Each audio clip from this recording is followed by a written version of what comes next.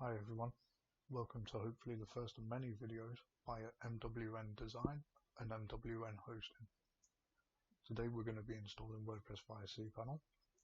We're going to be using Softaculous to install WordPress. This will take care of everything from installing the files and creating and populating the database with the information. Once we've got the WordPress installation completed, we'll log in the back end and just make sure we've got everything set up how it needs to be set up. So once logged into cPanel, you'll be greeted to a screen like this. Scroll to the bottom, you'll see this part, the Softaculous app installer. If you click on the WordPress button, it'll take you to a new page. Click install.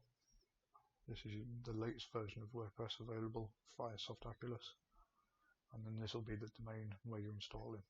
I will be installing it in a testing folder. If you want to install it in your root directory, leave this part completely blank. Site settings wise, I'm going to leave the site name, site description exactly as they are. However, if you're installing this for your main website, please change these. You also will need to change your username and password. Please do not use the default ones for security. Please ensure you also use secure passwords. I'm not bothered about you seeing this, as it will be getting deleted once this video has been completed. I'd also recommend checking the boxes for limit login attempts. This will help stop brute force attacks. Classic editor is if you don't want to use WordPress's new block editor. I always use classic editor, just preference. If you want to use a theme pre-installed, there's loads here to choose from. Just select one. If not, just click install. And this usually takes a minute or two to complete, but once it's done, as you'll see now, you'll get two links. This one is for your front end of your website. This one is for the back end of your website. So we'll go to the back end, looking at a new tab. And this is your main WordPress dashboard. So the first thing we want to do is go to settings, permalinks. We want to change the permalinks from day and name to post name. The reason for this is it's a better looking URL. Search engines prefer it a lot more. I'm going to save that. Go to general. And these are the bits we need to change.